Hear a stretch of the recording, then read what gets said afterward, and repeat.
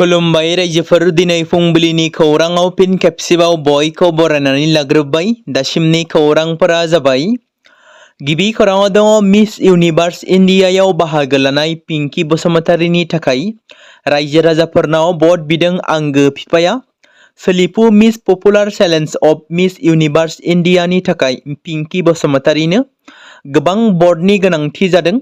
भट होनायनि नेमखान्थि बादियै नोंथांमोना इन्स्टाग्रामाव हाबनानै मिस इउनिभार्स इन्डिया आरो ग्लेमनन सुपार मडेलनि पेजखौ गिबियावनो फल' खालामनानै पिंकी बसुमतारीनि नुनाय सावगारियाव लाइक, कमेन्ट आरो शेयार खालामनो नांगोन।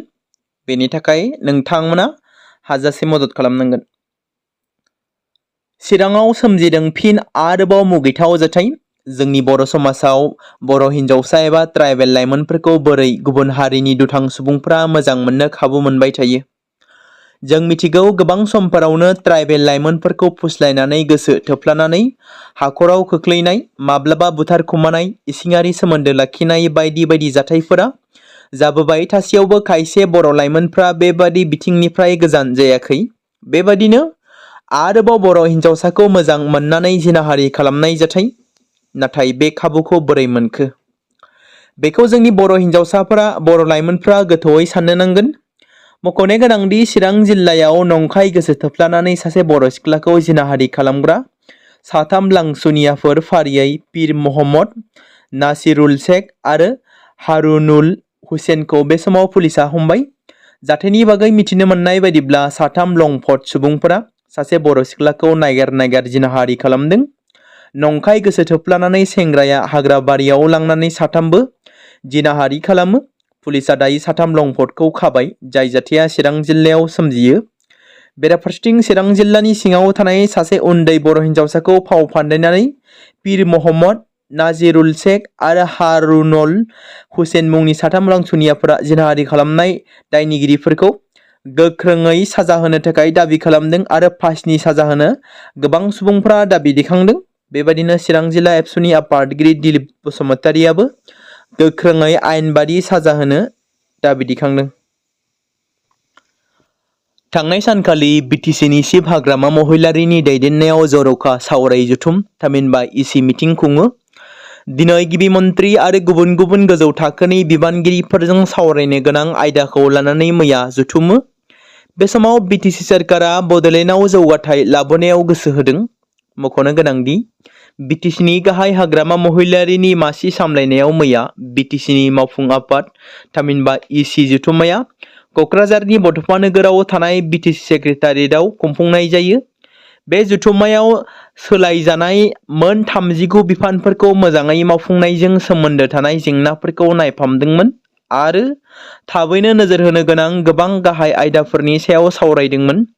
मेलनि उनाव खौरां बिजोंनि गेजेरजों रायज्लायनानै बिटिसिनि चिफ हाग्रामा महिलारी बिथाङा बुङोदि इसि जथुम्माया बिटिसि खुंथायनि खामानि मावनाय आरो जौगानायजों सोमोन्दो थानाय गुबुन गुबुन आयदाफोरनि सायाव सावरायो आरो आसाम सोरखार बिटिसि सोरखारनि गेजेराव सावरायनो गोनांनि सायावबो रायज्लायो। बे गोरोबलायनाय जथुम्माया बिटिसि सोरखारनि मोजाङै गोहोम गोनां खामानि मावनायजों सोमोन्दो थानाय आयदाफोरनि सायाव नोजोर होगोन। इसि जथुम्मायाव गावजों गाव सावरायनाय, गोरोबलायनाय आरो सोरजिलु सावरायनायनि गेजेरजों जेंनाफोरखौ सुस्रांनायनि सायाव सावरायो। इउजिसि नेट आनजादा 2026 मायथाइनि जुन दानाव फिन खुंफुंजागोन। नेशनेल टेस्टिं एजेन्सि थामहिनबा NTA आ इउजिसि नेट जुन 2026 नि सिङाव मोनथाम आयदानि आनजादखौ फिन खुंफिननो थिरांथा लादों। सोंथि बिलाइयाव माखासे बेले-बेजे सोराङाव फैनायनि उनाव फसंथाननि मोनसे स्पेशेल एक्सपर्ट कमिटिनि सुबुरुनाव बे राहाखौ लानाय जादों। दा इंराजि, कमार्स आरो समाज बिगियाननि फरायसाफोरा फिन खेबसेबाव आनजादाव जिरायनो नांगोन। फिन आनजाद इउजिसि नेट रि-एग्जाम डेटआव जिरायनो थाखाय बिजाथिफोरनिफ्राय जेबो उफ्रा रां लानाय जानाय नङा। नेशनेल टेस्टिं एजेन्सिआ बे बोसोराव 22 जुन खालारनिफ्राय 30 जुननि गेजेराव मोन 87 आयदानि आनजाद खुंदोंमोन। आनजादनि उनाव फसंथानाव कमार्स, इंराजि आरो समाज बिगियाननि सोंथि बिलाइफोराव बेले-बेजे जानायनि थाखाय गोबां अजदफोर मोनदोंमोन। बे अजदफोरनि उनाव बे आयदानि सायाव नायबिजिरनो थाखाय मोनसे एक्सपर्ट कमिटि दानाय जादोंमोन आरो नायबिजिरनायाव बे मोनथाम आयदानि सोंथि बिलाइफोराव डाटा आरो टाइपिंजों लोगोसे गोबां बेले-बेजे मोननाय जादोंमोन, जायखौ लानानै फिन मोनथाम आयदानि आनजादखौ खुंफिननो थिरांथा लादों।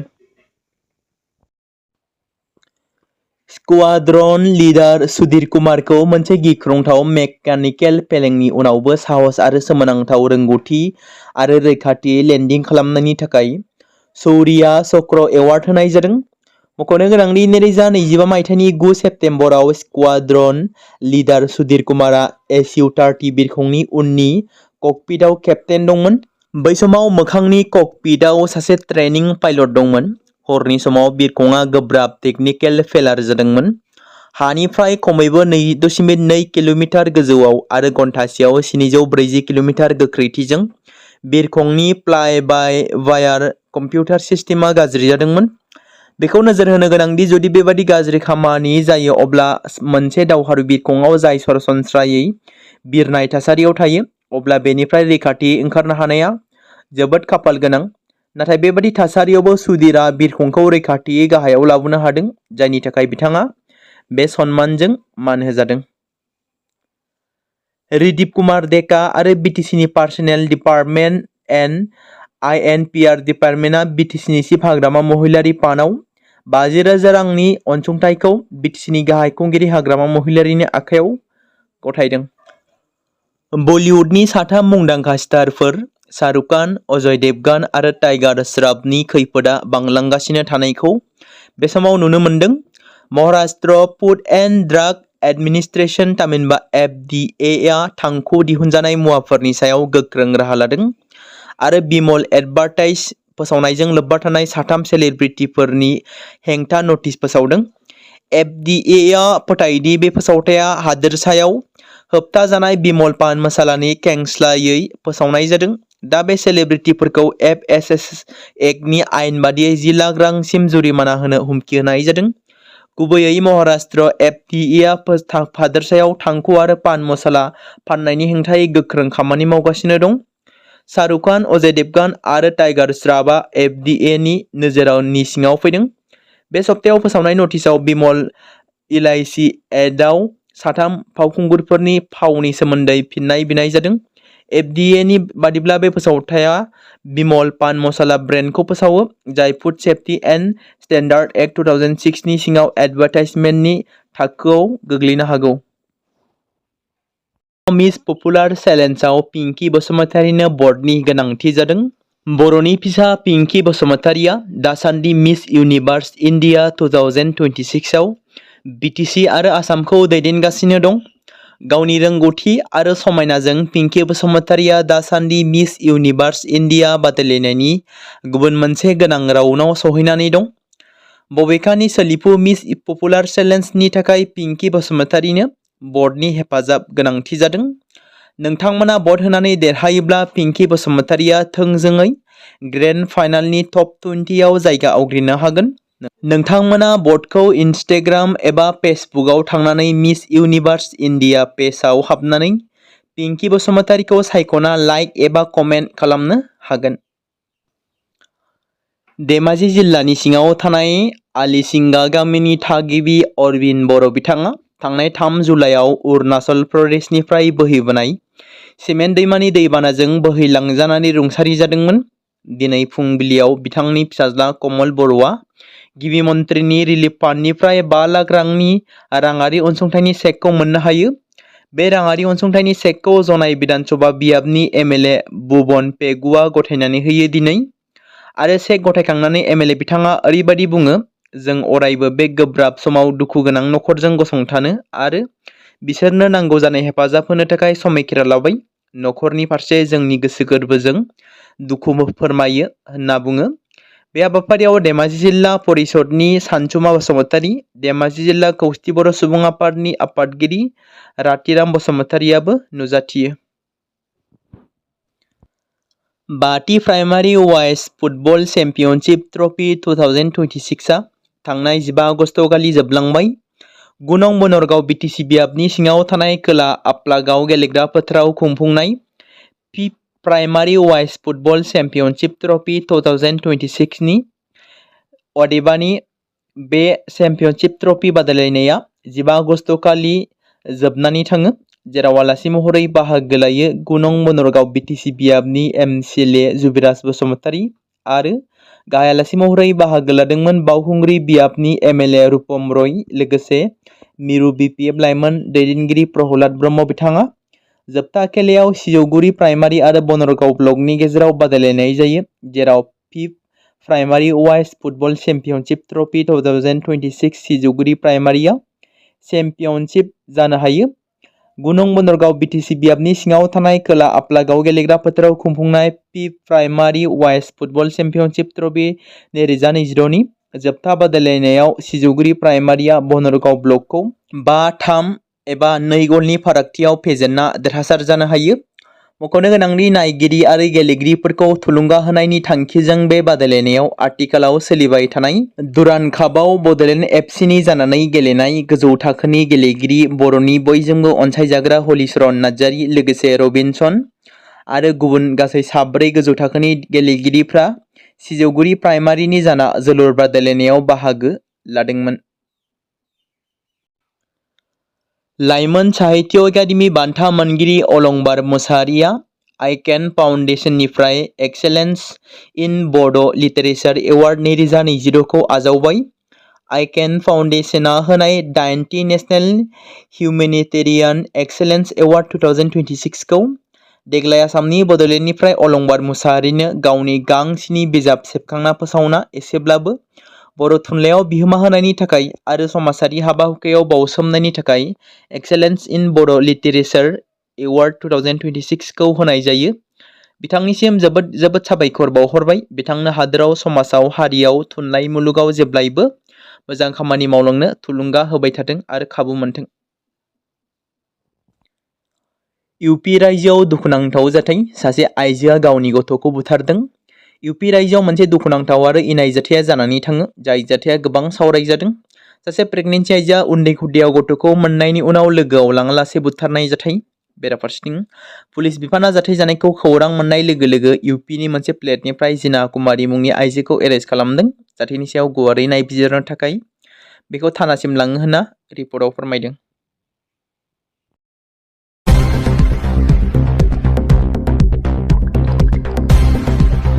बे समाव मोनसे गोजोनथाव खौरां बाक्सा जिल्लानि बरमायाव थानाय रुरेल एकाडेमिया लानानै फैदों नोंथांमोननि थाखाय मोनसे गोजोनथाव खौरां। थांनाय एसएसएलसि आरो हायार सेकेन्डारिनि आनजादाव जाय फरायसा आरो फरायसुलिफोरा उथ्रिसारनो हायाखैमोन एबा फेल जादोंमोन, बेनि थाखाय रि एग्जाम होफिननो गोसो गुदुं फरायसाफोरा थाबैनो बरमा सेकेन्ड गेटआव थानाय रुरेल एकाडेमियाव मुं थिसनफैनानै मेट्रिक आरो एइचएस आनजादखौ होफिननो हागोन। बेनि अनगायैबो जाय फरायसाफोरा थांनाय मेट्रिक आरो एइचएस आनजादाव नांगौ बादि जौखोन्दो एबा मार्क्स लानानै उथ्रिसारनो हायाखैमोन, बिथांमोनाबो बे रुरेल एकाडेमियाव एडमिशन खालामफैनानै मार्क्स इमप्रुभमेन्ट खालामनो हागोन। स्ट्रिम हिसाबै आर्टस, साइन्स आरो कमार्सनि गासैबो फरायसाफोरा रुरेल एकाडेमियाव एडमिशन खालामनो हागोन। बेनि थाखाय थाबैनो 8761903455 नङाब्ला 8720358865 जानबुं नम्बराव जगाजग खालामहरनो हागोन।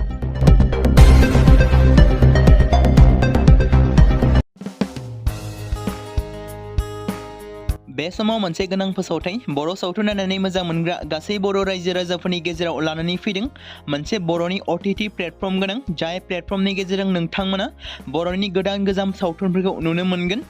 थांनाय माखासे बोसोर सिगां बर'नि गेजेराव लानानै फैनाय निउबो एप बायदिनो फिन आरोबाव लानानै फैदों बर' रायजो राजाफोरनि थाखाय।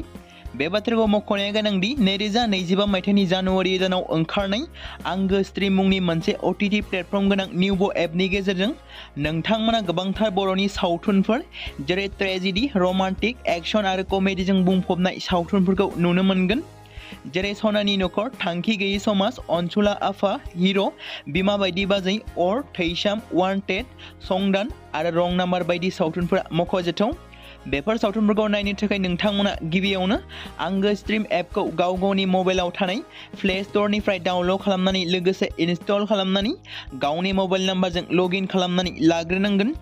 बेनि उनाव नोंथांमोना गोबांथार नुनो मोनै सावथुनफोरखौ गुगोल पे, फन पे आरो पेटिएमजों रं नाम्बार सावथुनखौ नायनो थाखाय 60 रां आरो संदान सावथुनखौ नायनो थाखाय 80 रां, वान्टेड सावथुनखौ नायनो थाखाय 60 रां, थैसाम सावथुनखौ नायनो थाखाय 60 रां बेबायदिनो गोबांथार नुनो मोनै सावथुनफोरखौ नायनो थाखाय सुबिदा खालामनानै होदों आंगो स्ट्रिम प्लेटफर्मा। फिन नोंथांमोननि गेजेराव फोरमायबावनो लादों बर' सावथुन नायनानै मोजां मोनग्रा गासै बर' रायजो राजाफोरनि गेजेराव लानानै फैदों मोनसे बर'नि OTT प्लेटफर्म गोनां, जाय प्लेटफर्मनि गेजेरजों नोंथांमोना बर'नि नुनो मोनै सावथुनफोर जेराव गोदान गोजाम सावथुनफोरखौ नुनो मोनगोन।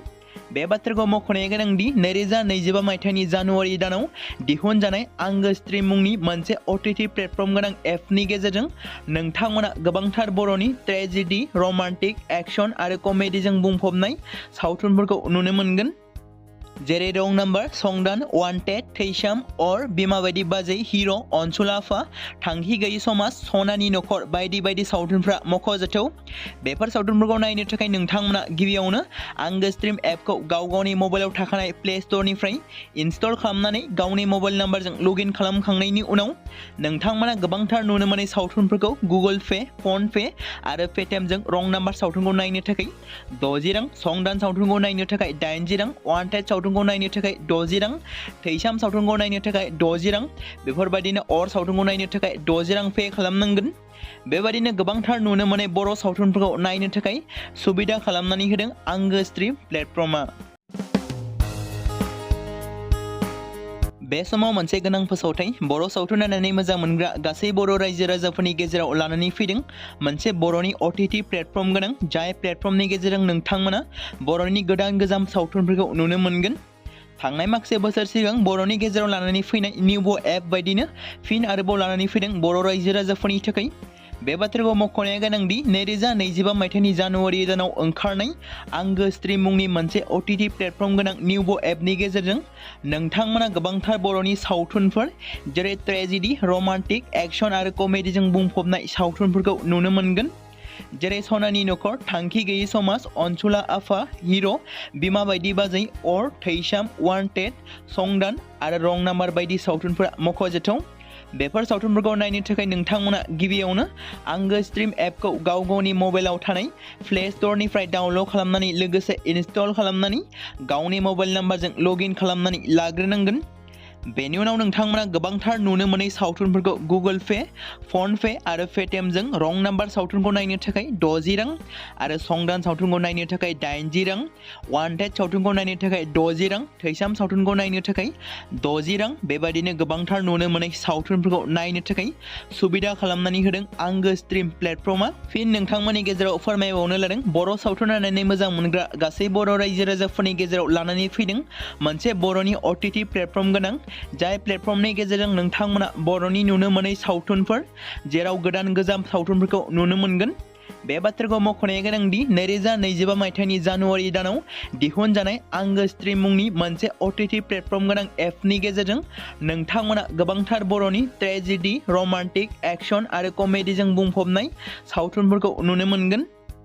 जेरै रं नाम्बार, संदान, वान्टेड, थैसाम और बिमा बायदि बाजै, हिर', अनसुला आफा, थांखि गैयि समाज, सनानि नखर बायदि बायदि सावथुनफ्रा मख'जाथाव।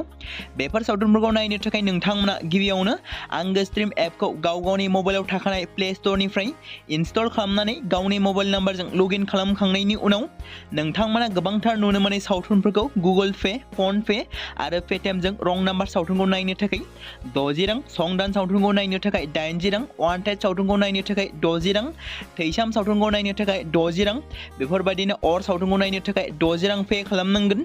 बेबायदिनो गोबांथार नुनो मोनै बर' सावथुनफोरखौ नायनो थाखाय सुबिदा खालामनानै होदों आंगो स्ट्रिम प्लेटफर्मा।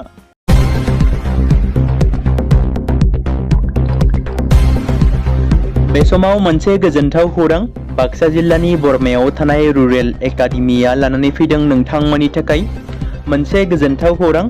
थांनाय HSLC आरो हायार सेकेन्डारिनि आनजादाव जाय फरायसा आरो फरायसुलिफोरा उथ्रिसारनो हायाखैमोन एबा फेल जादोंमोन, बेनि थाखाय रि-एग्जाम होफिननो गोसो गुदुं फरायसाफोरा थाबैनो बरमा सेकेन्ड गेटआव थानाय रुरेल एकाडेमियाव मुं थिसनफैनानै मेट्रिक आरो HS आनजादखौ होफिननो हागोन। बेनि अनगायैबो जाय फरायसाफोरा थांनाय मेट्रिक आरो HS आनजादाव नांगौ बादि जौखोन्दो एबा मार्कस लानानै उथ्रिसारनो हायाखैमोन। बिथांमोनाबो बे रुरेल एकाडेमियाव एडमिशन खालामफैनानै मार्क्स इमप्रुभमेन्ट खालामनो हागोन। स्ट्रीम हिसाबै आर्ट्स, साइन्स आरो कमार्सनि गासैबो फरायसाफोरा रुरेल एकाडेमियाव एडमिशन खालामनो हागोन। बेनि थाखाय थाबैनो 8761903455 नङाब्ला 8720358665 जानबुं नम्बराव जगाजग खालामहरनो हागोन।